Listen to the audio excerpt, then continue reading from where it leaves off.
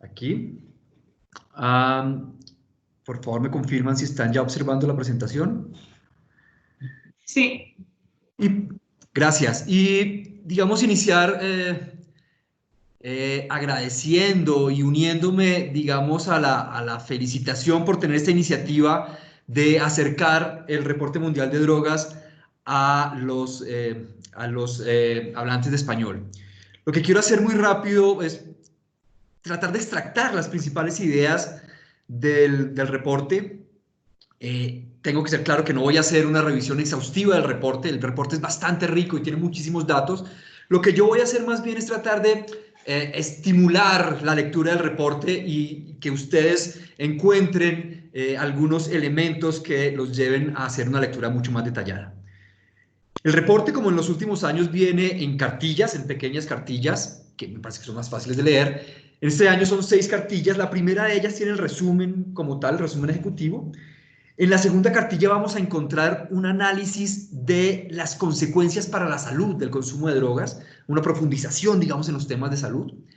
Luego vamos a encontrar todo lo que tiene que ver con la oferta de drogas, digamos, los capítulos más tradicionales sobre la oferta de drogas. Y en la cartilla cuarta vamos a encontrar un análisis de tendencias y desafíos. Aquí vamos a entrar en profundidad en lo que nos está marcando como tal la evolución del proceso del fenómeno de las drogas en el mundo. En la quinta cartilla vamos a encontrar una profundización en la relación drogas con características socioeconómicas, que va a ser muy interesante para aquellos que desean encontrar y profundizar en esos links, sobre todo porque hace un énfasis en las condiciones socioeconómicas asociadas al consumo problemático. Y finalmente la cartilla número 6 está centrada en elementos de política pública. Digamos que una de las recomendaciones que siempre recibimos de los Estados miembros es que el reporte termine en algunos elementos de política pública que puedan ser útiles en el diseño de estas en los diferentes países. Hay como dos grandes ideas en esta presentación que voy a hacer hoy. Primero, el reconocimiento de que hay un incremento en la cantidad de consumidores, pero que además hay digamos que el fenómeno de las drogas está volviéndose cada vez más complejo. Más complejo, primero, justamente por ese incremento, pero por la forma como se construyen y cómo se fabrican las drogas, por las formas como se hace el tráfico y por las formas como cada vez más sustancias están entrando en el mercado. Digamos que esa complejidad es uno de los objetos principales que se desarrollan en el documento. Permítanme iniciar hablando un poco del aumento del consumo. Lo que hemos identificado son 3 elementos principales que inciden en este aumento del consumo. El primero de ellos es el crecimiento demográfico. Lo que hemos encontrado es que actualmente, o para 2018, que es la fecha de corte de este reporte, habían sido identificados unos 269 millones de consumidores. Esto es 28% más que lo que había en el año 2009, y esto corresponde al 5.4% de la población mundial. Aquí quisiera destacar que este 5.4% es, de hecho, un valor mayor a lo que existía en el 2.9, donde teníamos el 4.8%. En 2009 teníamos 210 millones de consumidores que representaban el 4.8% de la población mundial. Ahora tenemos 269 millones de consumidores, que no solo es una mayor cantidad de consumidores, sino que en proporción de la población mundial también es una proporción mayor. Y aquí es importante mencionar que hay como una diferencia en función de países en vías de desarrollo y países desarrollados. Y básicamente esa diferencia radica en que en los países en vías de desarrollo la población ha aumentado un 28%, pero aumentó en el rango de los jóvenes un 16%. Y en los países desarrollados el aumento de la población fue de 7%, digamos, es un incremento menor, pero el rango de población joven se redujo en 10%. Y esto explica un poco, como más adelante voy a hacer un énfasis, por qué comienza a haber una diferenciación en el problema de consumo entre países en desarrollo y países desarrollados. Este factor se estudia bastante bien a lo largo del reporte.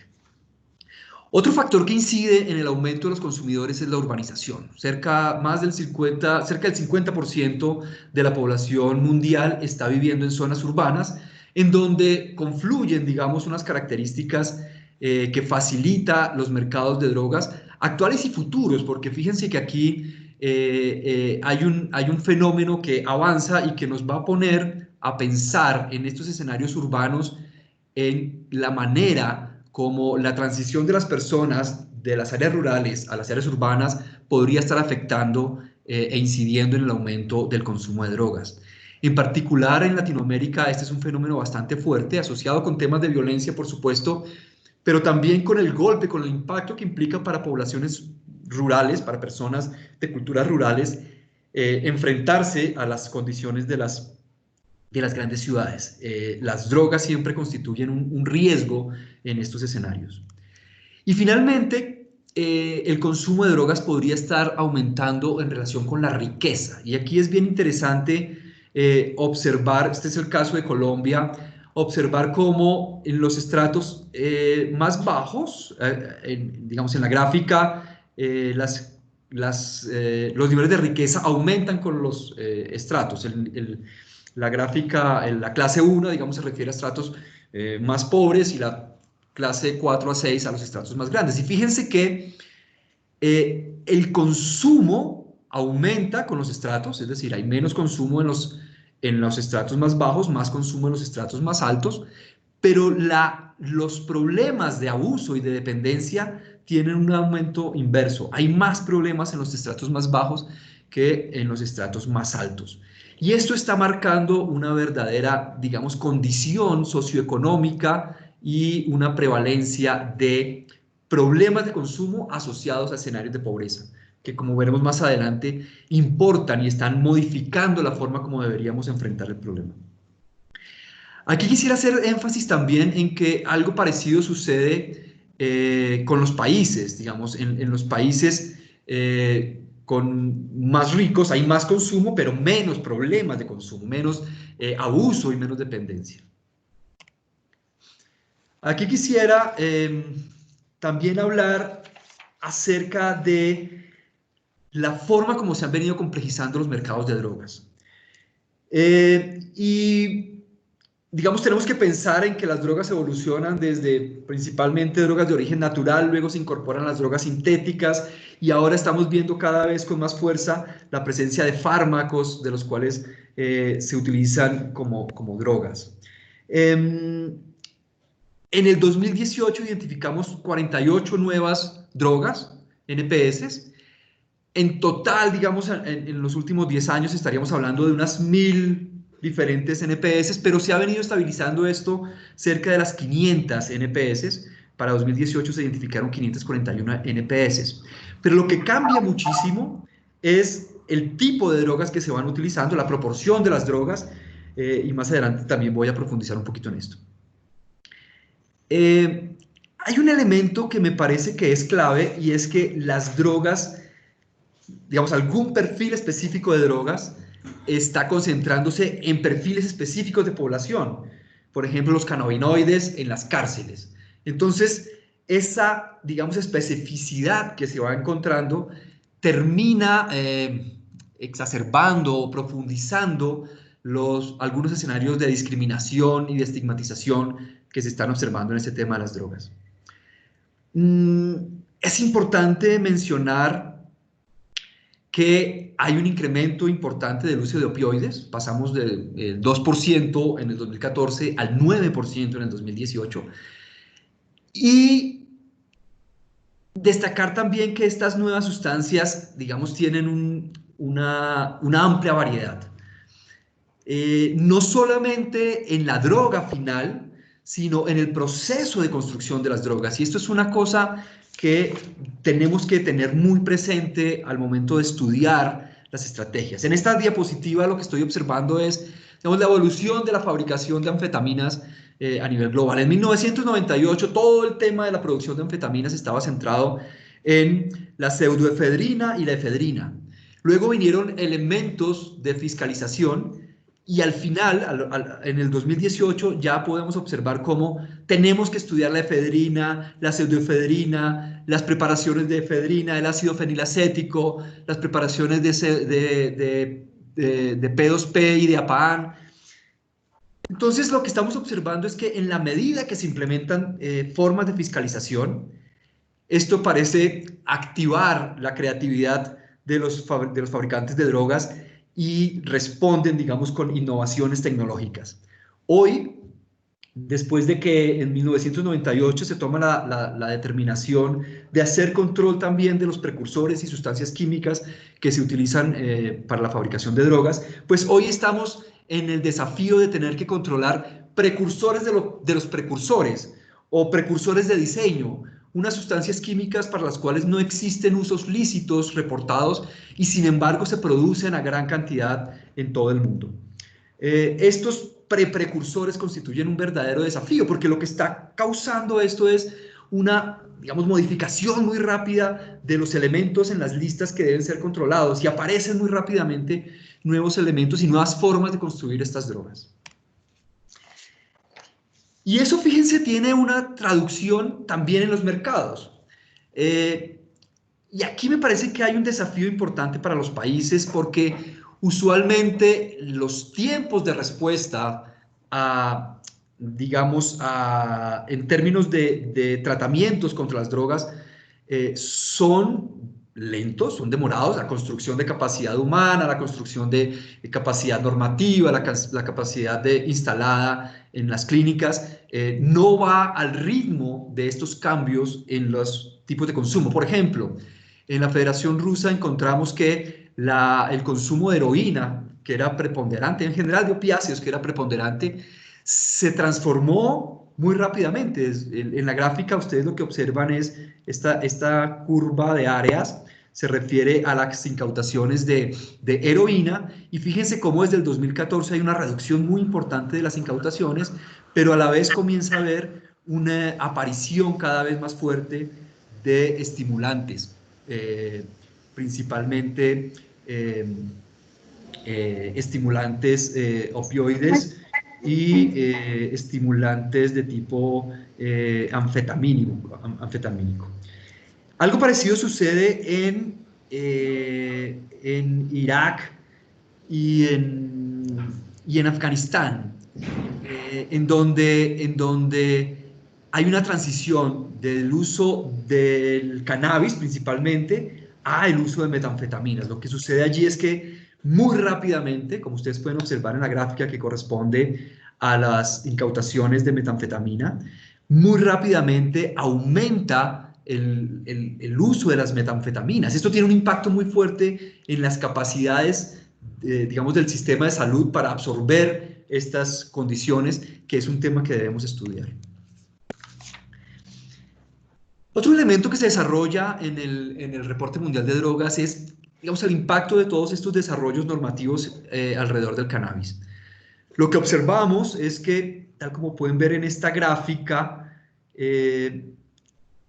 no parece haber un fuerte impacto en el nivel de consumo de cannabis derivado del hecho de legalizar los consumos no médicos.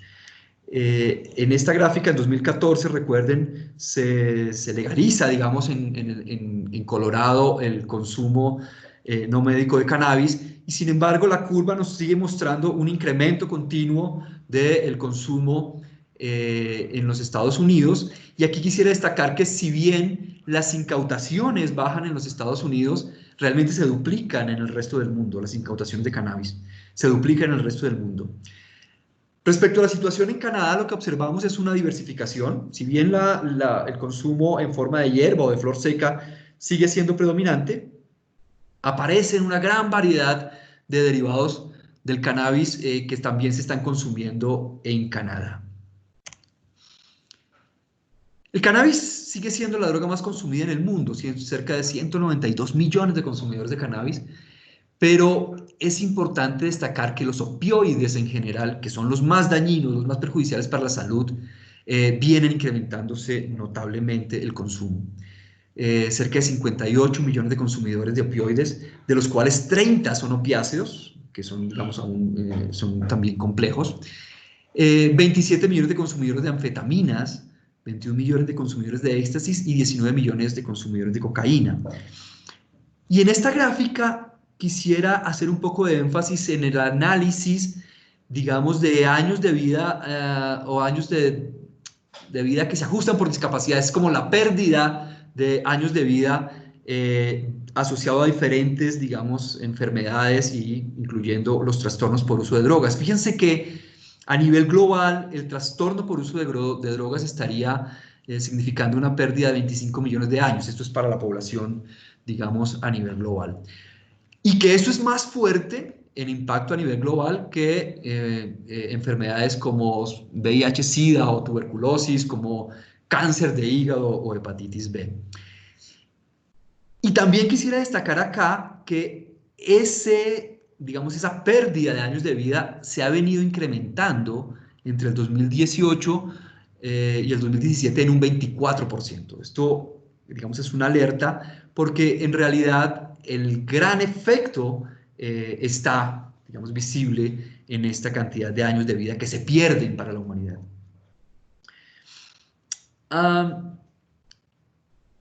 Aquí quisiera hacer énfasis en tres elementos y es que el uso de opioides sintéticos constituye una verdadera crisis para la salud pública, claro, en algunos países más que en otros, pero es uno de los temas, de los elementos, digamos, más preocupantes de evolución del fenómeno de las drogas. Y en particular, destacar que en 2018 los fentanilos tuvieron relación con el 67% de las muertes por sobredosis en los Estados Unidos. Y a esto me refiero cuando digo que estos opioides sintéticos están causando realmente muchos problemas en la salud pública. Digamos que estos temas de diversificación de los mercados nos están llevando a, y tal como lo mencionaba tal vez en la primera o segunda diapositiva, a una relación de en dónde se concentra el consumo problemático. Y lo que hemos encontrado es que esos 35.6 millones de consumidores que presentan trastornos están concentrados en las áreas de mayor pobreza y un poco entran en este círculo vicioso en el cual el consumo problemático deriva en pérdida del empleo y esto deriva en pobreza y esto deriva en conflicto y esto va metiendo a las personas en un círculo vicioso, en dinámicas que se refuerzan mutuamente y que terminan llevando a las personas, digamos, a una situación en la cual es difícil que puedan tener acceso al tratamiento. Lo que hemos observado es que solamente 1 de cada 8 personas reciben tratamiento y en muchas ocasiones esto está relacionado con ese círculo vicioso en el cual caen las personas que llegan a tener trastornos relacionados con el consumo de drogas. Esa relación, digamos, de riqueza-pobreza pareciera estar relacionada con los factores protectores y los factores de riesgo. Mientras que los factores protectores como los barrios seguros, la seguridad física, la inclusión social, la calidad académica, tienen una relación fuerte digamos, con los problemas de la distribución de la riqueza, los factores de riesgo están en el otro extremo, están más asociados con los factores de pobreza. Y esto básicamente nos lleva a un mensaje que es bastante fuerte a lo largo del documento y es que la búsqueda de soluciones para estos problemas va más allá de tocar directamente el tema de las drogas y tiene mucho que ver con incorporar elementos de salud, elementos de derechos humanos, elementos de paz, elementos de seguridad en todo el proceso, digamos, de trabajo con el consumo de las drogas. Todos estos elementos lo que hacen es contribuir a crear escenarios en los cuales haya factores protectores al consumo de drogas. Es importante, en el documento también lo desarrollan muy bien, el tema de los mercados regulados. Digamos, uno de las preocupaciones o de los ejes de trabajo a nivel global es garantizar que la accesibilidad, disponibilidad y asequibilidad a los pacientes que necesitan tratamientos paliativos, como por ejemplo asociados con los opioides farmacéuticos. Y es importante, y se desarrolla bastante en el documento, que no es equitativo el acceso a estos tratamientos paliativos y que hay una serie de condiciones que estarían dificultando que algunos pacientes tengan acceso a esos tratamientos paliativos. Esos elementos que restringen el acceso están relacionados no solamente con las disponibilidades en la producción y con los canales de distribución, sino también con las políticas, con las regulaciones, no solo las internacionales, sino las nacionales, que estarían dificultando el acceso a estos pacientes, y hemos encontrado una necesidad importante de construcción de capacidades, principalmente en el área de salud. No solamente físicas, sino también es necesario trabajar en las capacidades a nivel de los médicos, enfermeras, farmacéuticos y otros profesionales.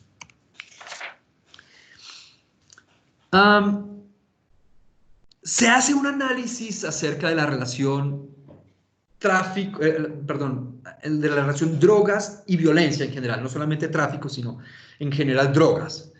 Lo que reportamos es que el 37% de los homicidios se hizo bajo la influencia, digamos, de sustancias psicoactivas, pero la gran mayoría de esos casos tenían que ver con el alcohol. Digamos que eso, 37% es una cantidad bastante alta, pero si lo miramos en términos de drogas diferentes al alcohol, no parecía ser tan relevante. Sin embargo, en niveles de violencia que no tienen que ver como tal con los homicidios, esa participación es aún mayor. Y aquí quisiera destacar que una cosa es la relación drogas-violencia a nivel del consumo y otra cosa es la relación drogas-violencia al nivel de la producción y el tráfico. Lo que hemos observado a nivel de producción y tráfico es que cuando hay estructuras estables, digamos que controlan integralmente la cadena, las actividades se pueden desarrollar en escenarios sin violencia. No importa la cantidad de droga, digamos, el mensaje clave es que no es, el énfasis no está en la cantidad de drogas, sino en el hecho de que exista o no un control por parte de las estructuras criminales. Cuando esas estructuras de poder pierden el control o aparecen nuevos elementos en el mercado, comienza a haber digamos, una afectación en términos de violencia. Quisiera pasar ahora, ya para ir cerrando, a los temas de oferta como tal de drogas. Y voy a concentrarme en 3 elementos. Primero, la dinámica de la cocaína a nivel global. Lo que estamos observando es una reducción del área sembrada, digamos, una pequeña reducción del área sembrada, pero un pequeño incremento de la producción global. Como ustedes saben, la droga se produce principalmente en la región andina, y aquí aprovecho para una autochiva que estaremos lanzando hoy, el reporte de drogas de Colombia. Vamos a reportar una reducción del 9% en el área sembrada con coca, pero que contrasta con un incremento en la producción de cocaína. Es decir, que esa tendencia de menos hectáreas, pero más producción, está repitiendo.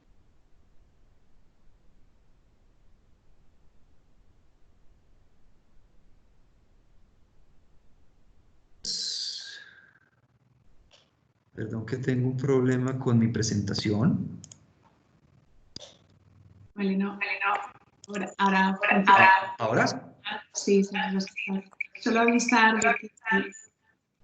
del tiempo. Ya está. Perfecto. Sí, quedarían unos pocos minutos, Leonardo, por favor. Ok, Muy amable. gracias. Muchas gracias. Entonces, tal vez aquí mencionar que esta producción global está estimada en 1.723 toneladas, se refieren a cocaína al 100% de pureza, y que estos datos de incautaciones globales de 1.311 toneladas se refieren a diferentes niveles de pureza. Por eso hay que tener cuidado, porque muchos investigadores tratan de hacer una comparación directa y esa comparación puede generar, digamos, algunas dificultades en los análisis. Es importante mencionar en términos de las rutas, que si bien las principales rutas siguen siendo vigentes, aparece una diversificación, aparece una intención de adaptar nuevas rutas en el tráfico de la cocaína, principalmente rutas que eran consideradas bastante difíciles, como a través de Oceanía, comienzan a activarse, saliendo la droga, digamos, desde las áreas de producción hacia Oceanía y desde allí hacia Norteamérica, hacia Centroamérica, es una cosa que también aparece. Sin embargo, son rutas más bien de pequeñas cantidades y aquí va a ser muy interesante ver cómo se modifica esto con los escenarios de COVID. En términos de los opioides, recuerden que cuando hablo aquí de opioides estoy incluyendo tanto los opioides propiamente dicho como los opiáceos. En términos de los opioides en general lo que observamos es unas 240.000, 241.000 hectáreas que implican, igual que cocaína, una reducción del área sembrada, pero en términos de la producción como tal no es tan fuerte esta reducción. Fíjense, el cambio en el área sembrada es de menos 30%, pero el cambio en nivel de producción es de apenas el 1%. Tal vez mencionar acá que las incautaciones en general de los diferentes derivados de los opioides bajaron, digamos, en general. Solamente hubo un incremento en las incautaciones de opio. Y con la ruta sucede un poco lo mismo. Siguen siendo las mismas rutas, las rutas tradicionales, para el caso de América, principalmente desde Centroamérica hacia Norteamérica, y para el caso de Europa, principalmente desde Asia hacia Europa a través de la ruta de los Balcanes. Siguen siendo las rutas preponderantes, pero aparecen nuevas rutas que parecieran apenas estar comenzando a explorarse. En cuanto a los mercados estimulantes de tipo anfetamínico, pues la gran alerta es un fuerte incremento en el consumo. Las incautaciones globales, ustedes pueden observar aquí en la gráfica, entre el 2010 y el 2018 tienen un incremento bastante notable, tanto a nivel de anfetaminas como a nivel de metanfetaminas. Y tal vez mencionar acá que estas incautaciones están fuertemente concentradas en América del Norte. Finalmente, digamos, un poco para recoger el mensaje principal que diría yo tiene el Reporte Mundial de Drogas es hacia las acciones, hacia la política pública. Y en la política pública se hace mucho énfasis en la necesidad de incorporar elementos de salud, de derechos humanos, de paz y de seguridad como elementos componentes de cualquier estrategia de política pública para enfrentar el problema de drogas. Y aquí, adicionalmente, quisiera hacer énfasis en hacia dónde están dirigidas estas políticas. Esas políticas, por supuesto, necesitan considerar a las personas que usan drogas o tienen trastornos en las drogas, pero también a las personas que cultivan y fabrican las drogas y también las personas involucradas en el tráfico de drogas. Digamos que son tres grandes universos en los cuales habría que entrar a hacer intervenciones y esta es la razón por la cual no se puede hacer solamente desde una mirada del problema de las drogas, sino que tiene que incorporar todos estos elementos de desarrollo sostenible. Es muy importante mencionar que el uso de drogas inyectables, por ejemplo, 11 millones de personas estarían usando drogas inyectables, lo cual los pone en unos mayores riesgos de muerte por sobredosis, pero sobre todo los pone en el riesgo de contagio de otras enfermedades complejas. El documento, como ustedes pueden ver, está lleno de posibilidades de análisis y dependiendo del perfil que cada uno quiera estudiar, estoy seguro que va a encontrar elementos que le permitirían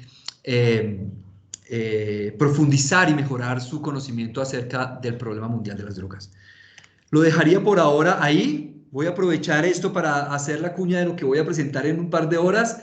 Vamos a hacer el lanzamiento del informe anual de cultivos de coca y de monitoreo de territorios afectados por cultivos de coca en Colombia. Están cordialmente invitados los que quieran vincularse. Y después de que vean ese reporte, invitarlos a que hagan una lectura mucho más cuidadosa del documento Reporte Mundial sobre las Drogas. Muchísimas gracias por la atención y quedo atento para cualquier pregunta o duda. Muchísimas gracias, Leonardo. Sin duda un ejercicio muy difícil presentar un informe tan amplio y tan complejo en tan poco tiempo y de la forma tan clara en como lo ha hecho. Así que muchísimas gracias por identificarnos y por desgranar los temas más relevantes y de forma tan gráfica también. Gracias. Ahora Muchas me gracias. gustaría presentarles a Corina Giacomello de la organización X, Justicia para las Mujeres. X es una organización feminista comprometida con el avance de los derechos de las mujeres. Tratan los impactos de las políticas de drogas en las mujeres, especialmente en las mujeres privadas de libertad y las mujeres que usan drogas. Corina fue seleccionado para hablar hoy a través de una convocatoria abierta entre la sociedad civil. Corina, un gusto saludarle. Suya es la palabra. Bueno, muchísimas gracias. Muy buenas tardes a todas y a todos. Es un gusto poder estar en este webinario. Gracias por la oportunidad desde X. Como bien lo mencionaste, X se dedica al avance de los derechos humanos de las mujeres, particularmente a garantizar el acceso a la justicia para todas las mujeres. Somos una organización feminista basada en México y desde 2014 trabajamos alrededor del cruce entre políticas de drogas, género y encarcelamiento. Pero en 2019 también decidimos dar un paso más y justo voltear a ver a las mujeres que usan drogas o que usaron drogas y que se encuentran privadas de la libertad o bien en centros de reinserción social o en centros de tratamiento, particularmente aquellos centros de tratamiento privados que operan de manera irregular. En México son conocidos como anexos y donde se practica el tratamiento forzoso. Entonces, la presentación de hoy, de manera breve, dado el tiempo, va a tratar de abarcar los dos temas. ¿Qué nos contaron las mujeres que usan drogas y que se encuentran privadas de la libertad? ¿Cómo hablan de su uso de sustancia? ¿Cuáles episodios de su vida relatan y comparten con nosotras? Y por otro lado, ¿cuáles son las condiciones de tratamiento en México? Justo esta semana publicamos nuestro informe. Yo he tenido unos problemas para compartir mi pantalla, entonces le voy a pedir ayuda a Sara, si me puede... si nos puede mostrar eso. Ahí está la portada. Thank you, Sara. Esta es la portada del informe. Le pueden encontrar en la página de X. Está, digamos, disponible. Entonces voy a hacer un pequeño resumen de cuáles fueron nuestros hallazgos en estos dos temas. Ahí está el título. Thank you, Sara. I think that's okay. With sharing. Y bueno, voy a empezar con la presentación. En general, las 43 mujeres y adolescentes que conversaron con X sobre el tema, la mayoría compartieron, al momento de empezar a hablar de uso de sustancias, todas empezaron un poco como empezó Sol, una niña de 15 años que se encontraba en uno de esos famosos anexos. Ella dice: sufrí de una violación, de maltrato por mi mamá, mi papá se alejó de nosotros, fueron muchas cosas que pasaron en mi vida, la verdad. Y así empieza la gran mayoría de las mujeres y de las niñas a la hora de preguntarles cómo empezaron con el uso de sustancias. En particular, en el caso de muchas de ellas, los episodios de violencia sexual empezaron desde muy chicas, a los 3, 6 años. En general son episodios que se dan en el seno de la familia por padrastros, tíos, primos, padres, abuelos. Y a la hora de querer manifestar esta situación, de compartirla, o no se les cree o se les acusa de ser las culpables, y a su vez se les revictimiza. Es decir, son niñas que crecen en un contexto de violencia contra la niñez y violencia de género contra niñas y mujeres y que no tienen de ninguna manera ningún tipo de apoyo o de salida para poder salir de esta situación. A su vez, digamos, los desenlaces que encontramos de manera frecuente es que esta violencia contra la niñez se ve después recrudecida por o se mantiene a través de episodios cíclicos de violencia de género contra las mujeres, que se da tanto en las relaciones de pareja, en los círculos de uso de sustancias y, por supuesto, de parte de las instituciones de los estados, particularmente aquellas policiales o en los centros de reinserción y, por supuesto, en los centros de tratamiento.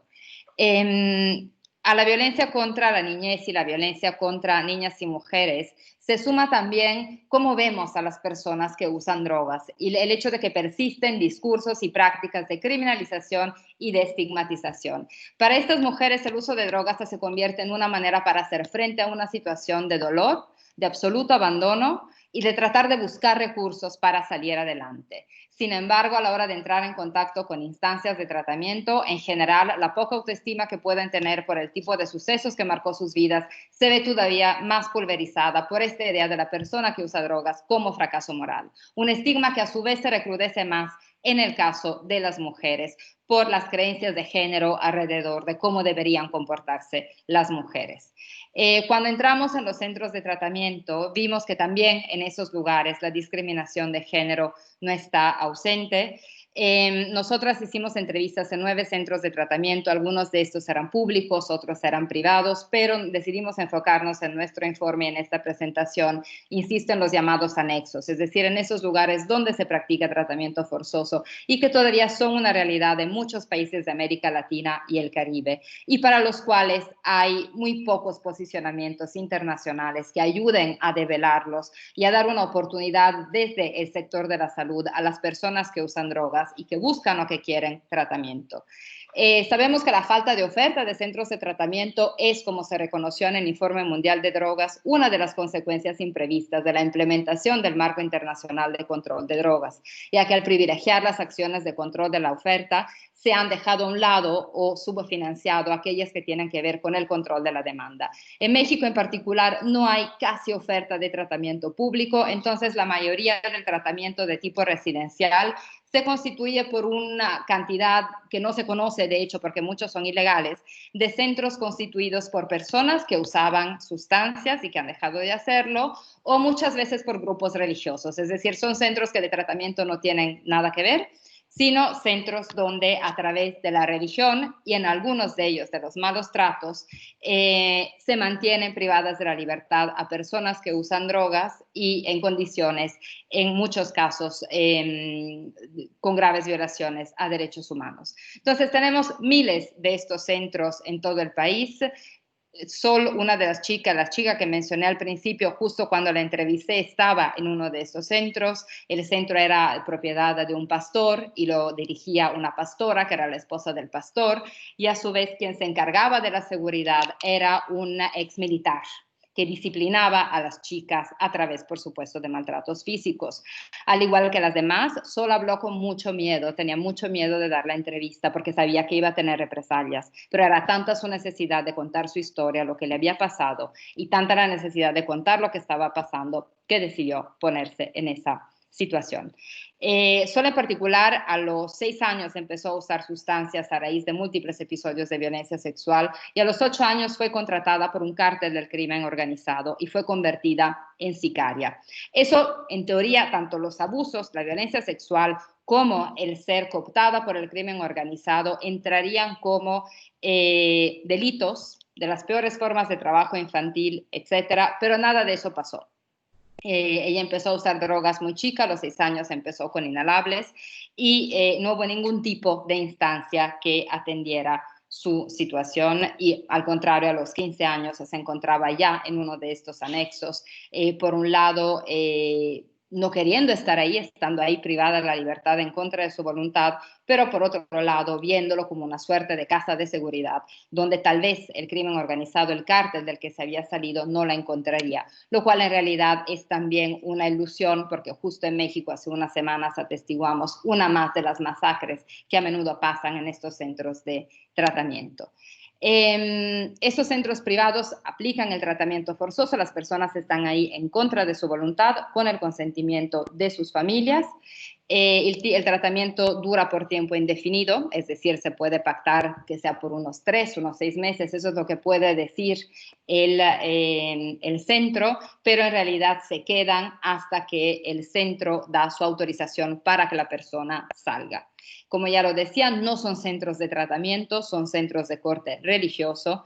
En la mayoría de los casos no hay ningún tipo de servicio, no hay educación, no hay trabajo, no hay ni siquiera atención a la salud.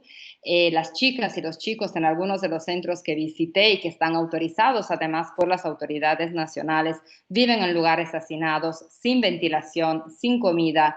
De verdad que después de haber hecho mucho trabajo de campo en cárceles, entrar a estos centros rebasó lo que había visto anteriormente. En particular en un caso del que también produjimos un material, pero bueno, Por esta situación técnica no se lo puedo compartir, pero está todo a disposición. Selma estuvo un año. Solo avisarle de la limitación del tiempo. Sí, gracias.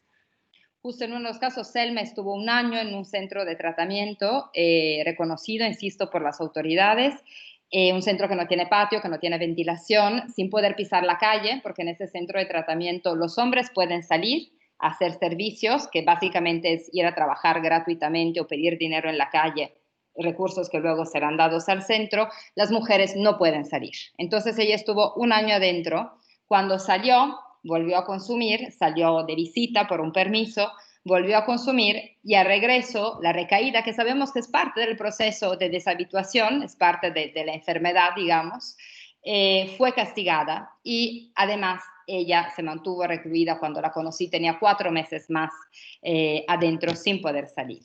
A estas condiciones de internamiento hay que sumar también la violencia física, verbal y psicológica, en algunos casos la violencia sexual, incluso la privación de la vida, así como, digamos, la falta de comunicación con la familia. Entonces, para nosotras, desde X, después de haber hablado con estas mujeres, con estas niñas que de manera generosa e informada nos compartieron sus historias, compartieron los ciclos de violencias en su vida, pero también su fortaleza, cómo trataron de hacer frente a esta situación de distintas maneras, sin embargo, siempre en absoluta soledad, o al contrario, en contextos de criminalización y estigmatización por ser mujeres que usan drogas. Y después de haber conocido estos lugares, y particularmente con la emergencia que presenta la pandemia, con la multiplicación de pronunciamientos que ha habido para abogar por una liberación de las personas privadas de la libertad, nos sumamos a esos pedidos, pero para las personas, además de las que están privadas de la libertad en centros de reinserción, por supuesto, pero para aquellas que están privadas de manera arbitraria o ilegal en centros de tratamiento que no son tal y que de alguna manera existen y siguen existiendo, o bien porque son estructuras paralelas al Estado, o porque puesto que el Estado no tiene una oferta pública, de alguna manera se dejan existir estos lugares. Entonces, con respecto al tema de mujeres, insistir, como ya se ha hecho desde UNODC, desde la JIFE, desde la Comisión de Estupefacientes, sumarnos al llamado de que se necesitan más datos estadísticos, más estudios cualitativos para conocer más, visibilizar más a las mujeres y niñas que usan drogas. Siempre escucharlas. Las mujeres y las niñas tienen que ser no solo fuentes de conocimiento, sino interlocutoras, tienen que tener un lugar en la mesa para el diseño, implementación, monitoreo y evaluación de políticas públicas. Por supuesto, incorporar la perspectiva de género y derechos humanos en todas las políticas de drogas, y en el caso de personas que se encuentran en centros de tratamiento, liberar a las personas privadas de la libertad y retomar en la agenda internacional el tema del tratamiento forzoso. Hubo una declaración conjunta en 2012 y nos gustaría poder ver nuevos pronunciamientos en ese sentido. Y desde luego evitar la criminalización de jure o de facto de todas las personas que usan drogas, para que ninguna se encuentre en la situación en la que se encuentran al momento cientos de miles de personas. Muchas gracias. Muchísimas gracias, Corina, por traer la voz de estas mujeres, también enlazarlo con la importancia de los datos y con las reclamaciones que hace. Ahora pasaremos ya al turno de preguntas y respuestas. Se va acabando el tiempo. Si no me equivoco, se ha unido Thomas Fichman, de la sección de investigación de ONU-DD, que participó en el análisis de redacción y la redacción del Informe Mundial sobre Drogas. Por ahora ya hemos recogido unas cuantas preguntas, así que si les parece, procedo a presentarlas, a leerlas. La primera pregunta es para Leonardo y, bueno, por ende para Tomás, y es de Evelyn, de Perú, y es que ¿cuáles son los factores expulsores y de atracción para que la población rural participe en economías lícita versus ilícito en el mercado de drogas? Leonardo, Tomás. Muchas gracias por la pregunta y muchas gracias a Evelyn. Es una relación, particularmente en lo rural, hay una relación bastante compleja que depende un poco del tipo de drogas. Yo aquí tengo el sesgo de que como mi área de trabajo es principalmente cocaína, pues ahí es donde conozco un poco más estos problemas de los incentivos que tienen las poblaciones rurales para la producción de drogas. Y lo que hemos encontrado en el caso de Colombia, y diría también en el caso de Afganistán con amapola, es que hay unas digamos, hay una relación multicausal. Las condiciones de pobreza, las dificultades de acceso a los mercados y el hecho de que muchas de estas personas están, digamos, en ambientes no solamente desde el punto de vista económico, sino desde el punto de vista de la seguridad, digamos, ambientes un poco aislados, facilitan que las personas tomen la decisión de entrar a la producción o a la realización de actividades ilegales relacionadas con la producción de drogas. Sin embargo, no es solo esto, digamos. Ahí hay unas causas principalmente relacionadas con desequilibrios en los mercados y con condiciones de grupos de poder presentes en los territorios que terminan haciendo que la gente se mantenga, sobre todo, en las actividades ilegales. En áreas rurales, porque aquí estamos centrados en la condición de las áreas rurales. Perfecto. Muchísimas gracias. Paso a la siguiente pregunta, es que ¿cuál es el criterio para visibilizar en el Informe Mundial de Drogas los presupuestos que invierten los países para la reducción de la oferta y de la demanda? Y una pregunta también relacionada de Roberto Enríquez, ¿por qué no visibilizar en el Informe Mundial de Drogas las personas en cárceles por delitos de drogas y lo que hace cada país por implementar penas alternativas a estos delitos? Bueno, el problema de hacer estas especies de resúmenes es que justamente estos temas se nos quedan por fuera. La verdad es que el reporte incluye unos análisis de los presupuestos y los gastos destinados a la lucha contra la droga y lo que muestra es que hay un declive a largo plazo de estos presupuestos. Y también en el tema de personas privadas de la libertad hay capítulos especiales para hablar de eso. Yo preferiría que tal vez Tomás, si estás allí, nos ayudes un poco con en dónde y cuáles como los principales hallazgos en estas dos preguntas. Ok, en este año no hemos discutido o analizado ese problema, pero eso lo que hemos investigado este año es la asistencia internacional para el control de las drogas. Y hemos visto una fuerte disminución desde hace 10 años, 15 años en esta esfera. Also, mucho menos dinero es utilizado para la comunidad internacional para la lucha contra las drogas en comparación con los años anteriores. Perfecto. Muchísimas gracias, Tomás. Paso a la siguiente pregunta, que es para Leonardo y también para Tomás.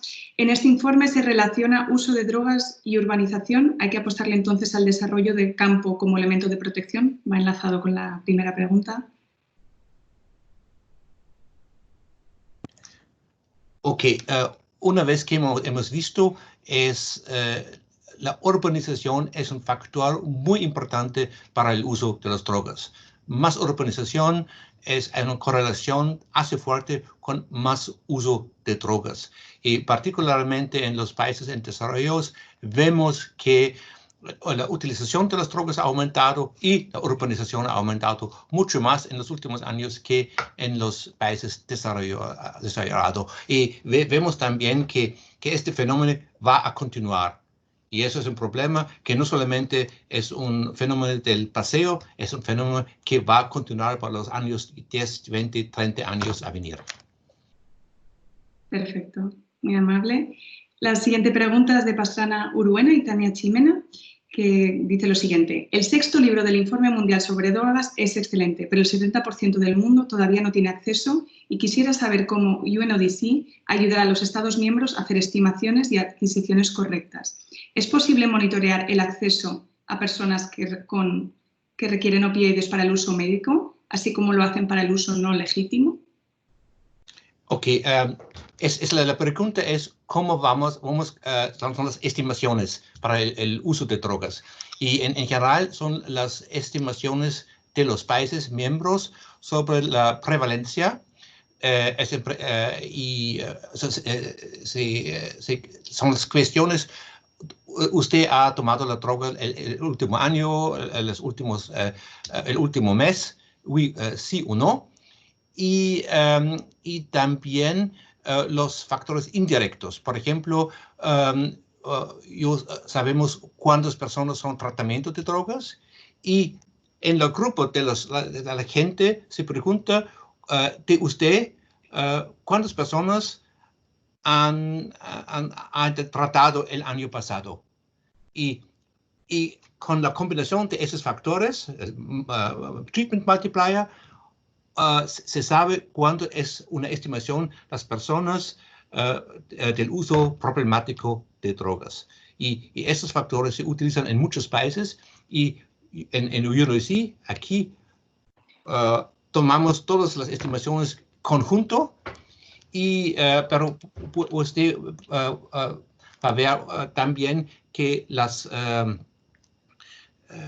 escalas de errores son mucho más altos en África o en Asia en comparación con América Latina o con América del Norte o con Europa.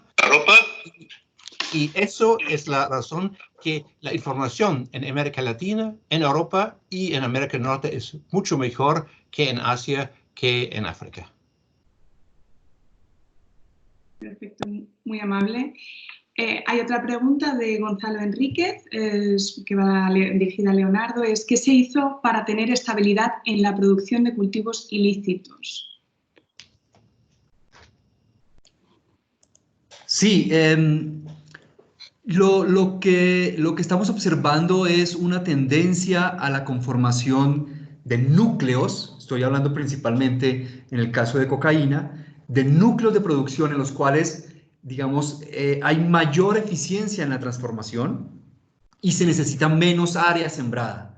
Yo, en el nivel, digamos, de toda la región andina, lo que predomina es un esfuerzo por mejorar la productividad de los lotes, no solamente en términos de producir, en el caso de cocaína, más hoja, sino que de esa hoja pueda obtenerse más alcaloide.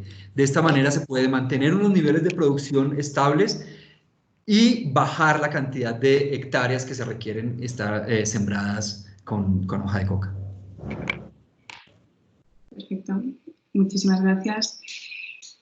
Otra pregunta de José Castrejón es ¿cómo estiman el impacto que tendrá en los próximos años la tendencia creciente a crear mercados legales de cannabis, su normalización y la influencia que está teniendo la naciente y poderosa que impulsa? Tomás.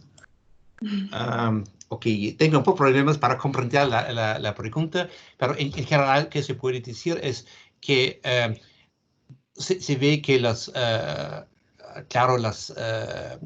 intercepciones de cannabis han disminuido en América del Norte porque hay una legalización, es claro.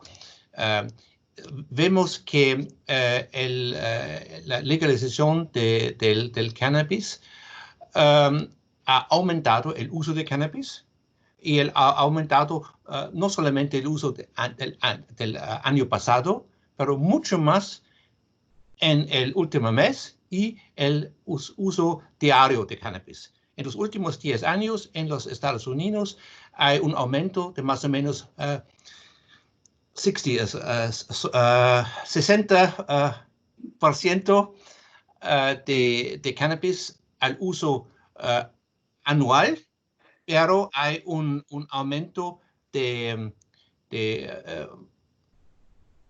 124% en el uso diario del cannabis. Also, el uso que es más problemático se multiplica, crece mucho más que el uso recreacional del cannabis. Otra cosa que hemos visto, hasta el momento no hay un problema de los jóvenes. Los jóvenes, el cannabis no ha aumentado. Eso para el momento no es el problema, pero se ve que el problema de hospitalizaciones, eso ha aumentado. También ha aumentado la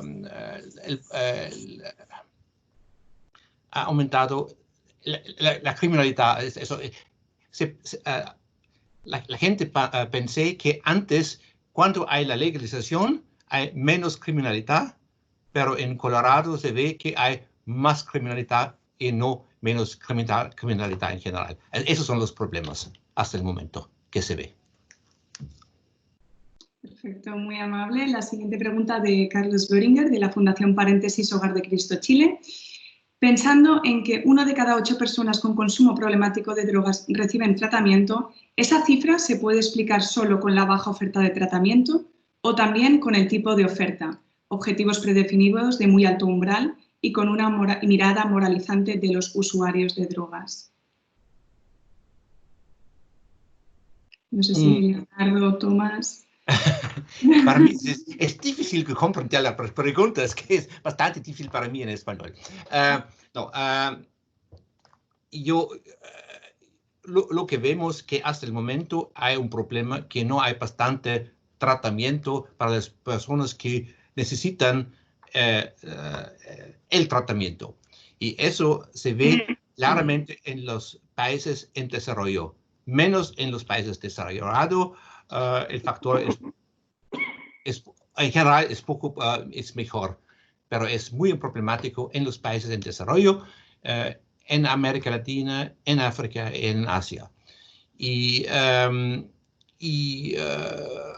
claramente vemos también un aumento de la gente que tienen una utilización problemática de drogas, y el tratamiento no ha aumentado en la misma manera, y por eso tenemos un factor de 1 a 8. Yo no sé si es la pregunta, perdóname. Si quieres, para complementar un poco la respuesta de Tomás, creo que el problema no se limita a la oferta como tal de tratamiento. Es decir, no es solamente que falte tratamiento, sino que, estoy de acuerdo con la persona que hace la pregunta, hay otros factores que importan. Estigmatización es un factor que importa, y sobre todo cuando estamos hablando de determinados grupos. Yo recuerdo que en uno de los estudios que hacíamos en Colombia, por ejemplo, en el caso de mujeres, las mujeres sienten un poco de temor de acudir a tratamientos, prefieren mantener ocultos su problema de uso de drogas porque piensan que va a tener repercusiones, por ejemplo, en su familia, en la tenencia, en su relación, digamos, de mantener el cuidado de sus hijos, o inclusive en ir a las cárceles o problemas con los ambientes legales. Entonces, claro, hay una deficiencia importante en términos de oferta de tratamiento, pero también hay una situación de toma de decisiones de acceder al tratamiento que importa.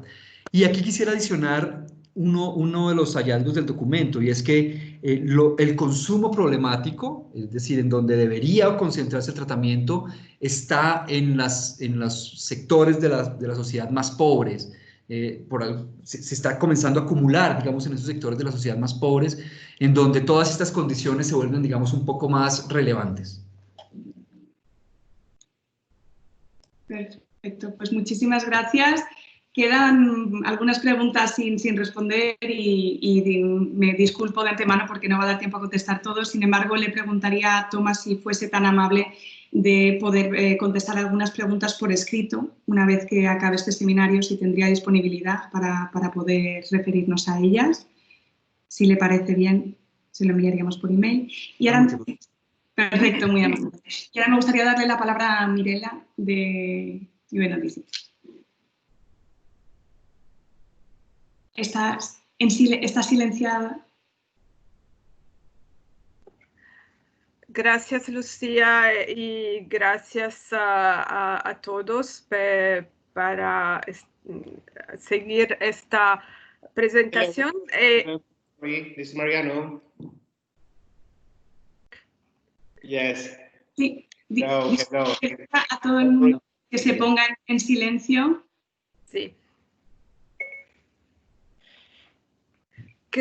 Y el interés lo podemos ver que tenemos mucha pregunta, pero no es posible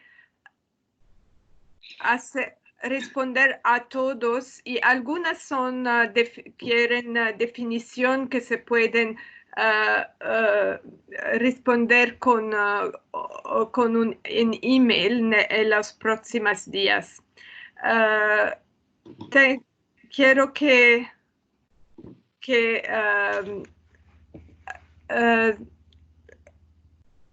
Gracias para la presentación de mis colegas. Gracias a Tomás, que es el autor de esto más importante informe y un coautor que desde el 1997 trabaja sobre este tema y tiene mucha experiencia. Entonces, el tiempo en los próximos días lo tienen, el colegas también pueden responder a la pregunta que tenemos en estos chats. Y para ahora, creo que podemos terminar este interesante webinar y esperamos hacer tenemos otras oportunidades para compartir con toda la experiencia del UNODC. Gracias a todos y gracias a Leonardo en Colombia y a Corina que presentó el trabajo de la ONG en México. Perfecto. Muchísimas gracias a todos. Finalmente verán que en la sección del chat hemos puesto una breve encuesta anónima para valorar el seminario. Les agradeceríamos que cogiesen un par de segundos para ayudarnos a mejorar la organización de seminarios en el futuro. Muchísimas gracias por las presentaciones, han sido muy interesantes. Muchísimas gracias por la participación, por las muchas preguntas y también gracias a Sara Pirker y a Citali Sulumiak por ayudarnos a organizar y apoyar este seminario. Gracias, un saludo y buenas tardes. Gracias, hasta luego. Gracias. Hasta luego. Hasta luego, buenas tardes. Buenas tardes. Adiós. Hasta pronto, Lucía. Adiós.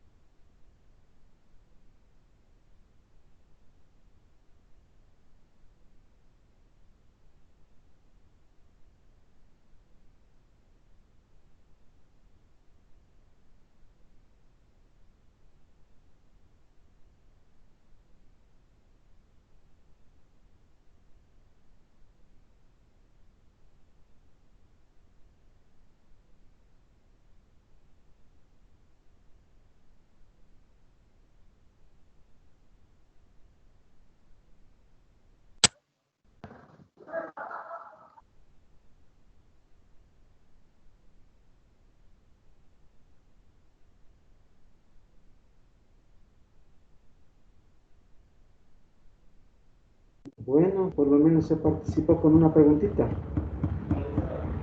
Por lo menos se participó con una de las dos preguntas.